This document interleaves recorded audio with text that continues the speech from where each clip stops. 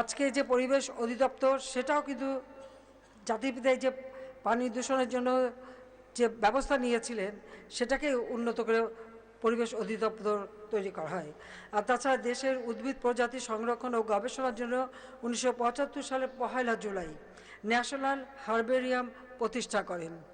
তিনি 1973 সালে Bangladesh wild life preservation order 1973 জারি করেন, যা পরবর্তীতে Bangladesh wild life preservation act 1974 হিসেবে অনুমোদিত হয়।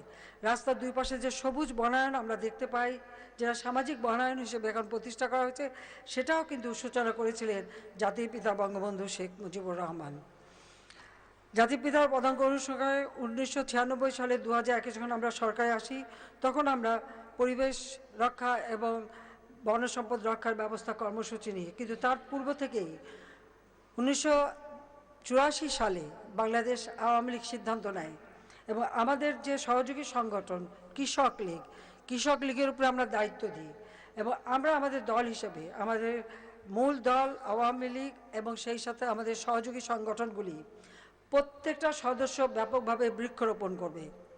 আমাদের নির্দেশ ছিল এবং যেটা এখনও আমরা অনুসরণ করে যাচ্ছি, প্রত্যেকটি আমাদের সদস্য 3টা করে গাছ লাগাবে, একটি বনজ, একটি ফলজ, একটি ঔষধি, এইভাবে অর্থাৎ ভেষজ, এইভাবে বৃক্ষরোপণ কর্মসূচি সে 1984 সালে আমরা সিদ্ধান্ত নিই। 85 সাল থেকে কিন্তু আমরা শুরু করি এবং এখনও আমরা করি। 1 আষাঢ় থেকে এই বৃক্ষরোপণ কর্মসূচি আমরা বাস্তবায়ন করি।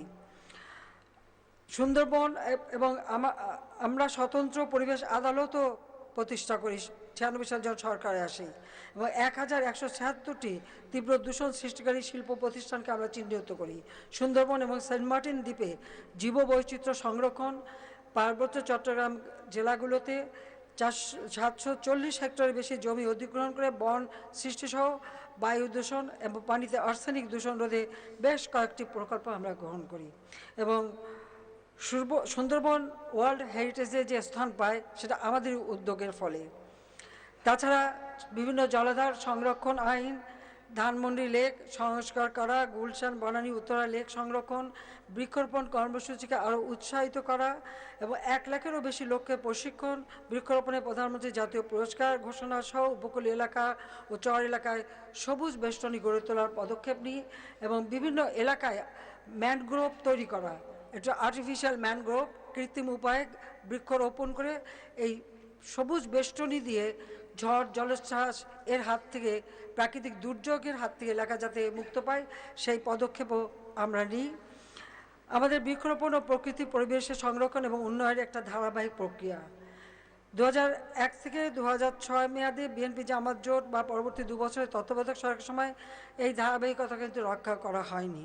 শুধু তাই না, আপনারা দেখেছেন 2013 সালে সরকার উৎখাতের আন্দোলনের নামে অগ্নি সন্ত্রাস করে মানুষকে যেমন হত্যা করা, তাছাড়া আমাদের বাস, ট্রাক, গাড়ি, রেল, লঞ্চ সেগুলি আগুনে জ্বালিয়ে দেওয়া আর বৃক্ষ নিধন করা, হাজার হাজার বৃক্ষ, লক্ষ লক্ষ বৃক্ষ তারা কেটে ফেলে দেয় জামাত বিএনপি এরা সেই সময়।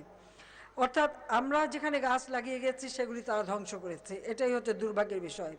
যা হোক, আমরা আমাদের যে গৃহীত পদক্ষেপগুলি আমরা করে গিয়েছিলাম তার সুফল মানুষ পেতে শুরু করে, কিন্তু এই ধ্বংসযজ্ঞগুলি সত্যি দেশের জন্য অনেক ক্ষতিকর।